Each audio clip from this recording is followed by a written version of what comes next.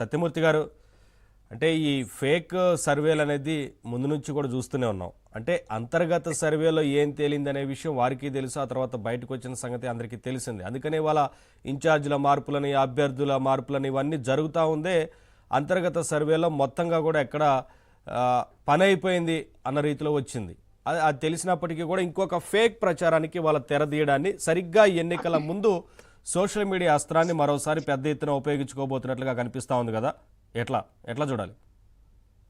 వీళ్ళు ఫేస్బుక్ ఈ సోషల్ మీడియాలో ఈ వాళ్ళు కొన్ని పాయింట్లు సెలెక్ట్ చేసుకుంటారండి. ఆ పాయింట్ల మీద వాళ్ళు స్ట్రెస్ చేస్తూ ఉంటారనమాట. ఇప్పుడు జనసేన ఏ కాన్స్టిట్యున్సీల నుంచి పోటీ చేస్తుంది అనే టెన్షన్ తెలుగుదేశానికి లేదు, వైసీపీకి ఎందుకండి? జనసేన వాళ్ళకి లేదు, తెలుగుదేశం ఎన్ని సీట్లు ఇస్తుంది అనే టెన్షన్ జనసేనకి లేదు. నాకు తెలిసి వాళ్ళు ఎన్ని సీట్లు ఇస్తారో వాళ్ళకి తెలుసు, వాళ్ళు ఎన్ని తీసుకోవాలో వాళ్ళకి తెలుసు. వైసీపీకి టెన్షన్ ఉందన్నమాట. వీళ్ళు ఏ నియోజకవర్గం ఎక్కడ ఇస్తారు, ఇచ్చినప్పుడు మన స్ట్రాటజీ ఎట్లా ఉండాలి అనేది వీళ్ళకి టెన్షన్. ఇదే సోషల్ మీడియాలో ఇదిగో ఈ కాన్స్టిట్యున్సీకి వైసీపీకి జనసేనకి ఇచ్చేశారు, ఈ కాన్స్టిట్యున్సీని తెలుగుదేశమే పోటీ చేస్తుందట, ఇదిగో ఇక్కడ డిఫరెన్స్లు ఉన్నాయి, ఇక్కడ అది ఉంది, ఇక్కడ ఇది ఉంది అని చెప్పి వాళ్ళు విపరీతమైన ట్రోలింగ్ చేసుకుంటున్నారండి. ఒకటి కాదు, ఇటువంటివన్నీ పెట్టేసి ఈ ఫేక్ సర్వేలు, ఈ సోషల్ మీడియాలో వచ్చే ఈ అభూత కల్పనలతోటి ఒక కన్ఫ్యూజన్ క్రియేట్ చేయాలి అన్న ఉద్దేశంతో చేస్తున్నారు. వీళ్ళు ఎంత చేస్తున్నా గానీ ఒక ఆళ్ల రామకృష్ణారెడ్డి స్టేట్మెంట్ ఒక్కటి బాగా వైరల్ అయిపోయిందండి ఈ మధ్య కాలంలో. ఆయన ముఖ్యమంత్రి అయితే ఏంటి గొప్ప, ఎవడు తప్పు చేసినా గానీ పోవాల్సిందే అన్న ఆళ్ల రామకృష్ణారెడ్డి డైలాగ్స్ ఎవరు ప్రచారం చేయటంలా, ప్రజలే వాటినే ప్రచారం చేసుకుంటూ ఉన్నారు.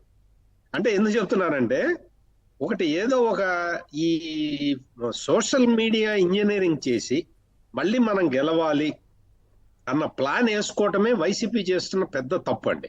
ఎందుకంటే సోషల్ మీడియాని కొంతవరకే నమ్ముతారు. ఊరికే పొద్దుగులు కూర్చొని దాన్నే చూసి అందులో వచ్చిన వార్తల్ని నమ్మే పరిస్థితి ఇప్పుడు ఎక్కడా లేదండి. అందుకని వీళ్ళు ఎంతసేపటికి పుకార్లు ప్రచారం చేయటం, ఒక తగాదా క్రియేట్ చేయటం, ఈ రెండు పార్టీల మధ్య ఏదన్నా వైషమ్యాలు ఏమన్నా ఉన్నాయా, లేకపోతే ఎట్లా క్రియేట్ చేయాలి, ఈ రకరకాల టాక్టిక్స్ తోటి ఒక వాతావరణాన్ని చెడగొట్టడం. అంటే వాళ్ళ యాంగిల్లో బాగు చేసుకోవటం. అంటే వాళ్ళు మిస్ అయిన పాయింట్ ఏంటంటే, సోషల్ మీడియా తోటి వాతావరణం చెడిపోవటం, లేకపోతే వాళ్ళు బాగు చేసుకోవటం ఇది జరగని పని అండి. ఎందుకు అంటే సోషల్ మీడియాకి ఒక లిమిటెడ్ ఇది ఉంటుంది, ఒక ఫేక్ ప్రచారానికి కూడా హద్దు ఉంటుంది. ఆ హద్దు దాటిన తర్వాత అది కౌంటర్ ప్రోడక్ట్ అవుతుంది. ఇప్పుడు కౌంటర్ ప్రోడక్ట్ అవుతున్నది ఏంటంటే, వైసీపీ సోషల్ మీడియా చేస్తున్న ఈ ప్రచారం. మేము మొత్తం అసలు అంతా గ్రోత్ రేటు పెరిగిపోయింది రాష్ట్రానికి అని చెప్పి అప్పుడు చాలా ప్రచారం చేశారండి. మొన్న ఇటీవల రీసెంట్ గా గ్రోత్ రేటు బాగా పెరిగింది అంటే ఏ రంగంలో, ఏ సెక్టార్ లో పెరిగింది అని ప్రజలు ప్రశ్నించడం మొదలు పెట్టారండి. అంటే అగ్రికల్చర్ లో పెరిగిందా, సర్వీస్ సెక్టార్ లో పెరిగిందా, ఇండస్ట్రియల్ గా పెరిగిందా, ఏది పెరిగింది, ఎందులో ఏ సెక్టార్ లో ఇన్కమ్ ఎక్కువ రావటం వల్ల గ్రోత్ రేటు పెరిగింది అనే క్వశ్చన్ సొసైటీ నుంచి డైరెక్ట్ గా వచ్చేటప్పటికి వాళ్ళ ప్రయత్నం ఆపేశారండి. అమ్మా ఇంకా మనం అప్పుడు ప్రజల్లో కూడా ఒక చర్చ ఉంది కదా, అప్పులు ఇంతగా ఎందుకు అయ్యాయి, మరి ఇదంతా పెరుగుతా వస్తే. ఇప్పుడు అప్పులు అంత ముందర ఏం చెప్పాడంటే, నేను అప్పు తీసుకొస్తున్నది ఎందుకు, మీకోసమే, మీ సంక్షేమ పథకాలు మీకు అమలు చేస్తూ ఉంటే వీళ్ళు కళ్ళల్లో నిప్పులు పోసుకుంటున్నారు, వీళ్ళు ఏడుస్తున్నారు.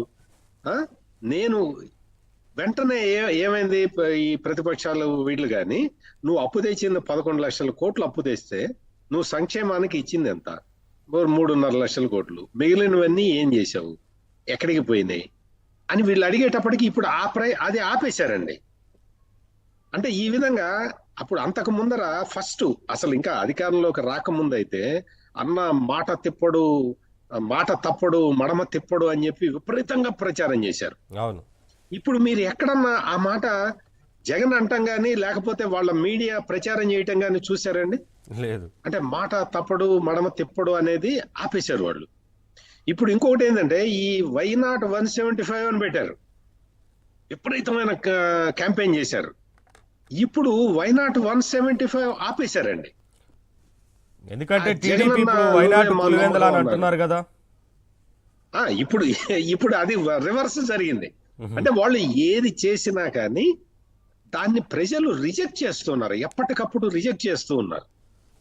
ఈ కారణంగా వాళ్ళు ఏంటంటే వాళ్ళు ఏదో అప్పట్లో ఆ సోషల్ మీడియా ద్వారా కొన్ని అభూత కల్పనలు ప్రచారం చేసి వాటి ద్వారా లబ్ధి పొందారు.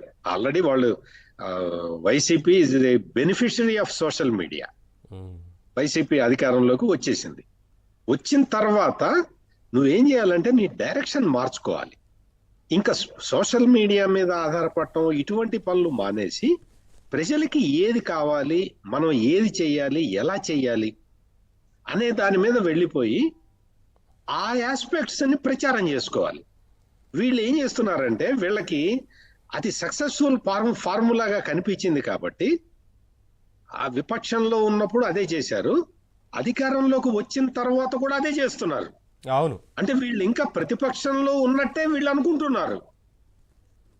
విపక్షంలో ఉన్నప్పుడు సోషల్ మీడియా పనిచేసింది, అధికారంలోకి వచ్చిన తర్వాత నువ్వు ఏమీ ఇవ్వకుండా నేను ఇచ్చాను అని 1,00,000 సార్లు చెబితే వాడు ఇచ్చాడు, తీసుకున్న వాడికి తెలీదా కరెక్ట్ నువ్వు కరెక్ట్ ఇచ్చావో లేదు. సార్ ఒకటి కరెక్టే. అంటే డెవలప్ చేయాల్సింది ఏపీని, సోషల్ మీడియాని డెవలప్ చేసుకొని మళ్ళీ దాని మీదే ఆధారపడదామంటే ప్రజలు అన్నిసార్లు నమ్మరు. ఒక ఛాన్స్ అంటే నమ్మారు కాబట్టి ఈసారి పని చేసి ప్రూవ్ చేసుకోవాల్సి ఉంటుంది.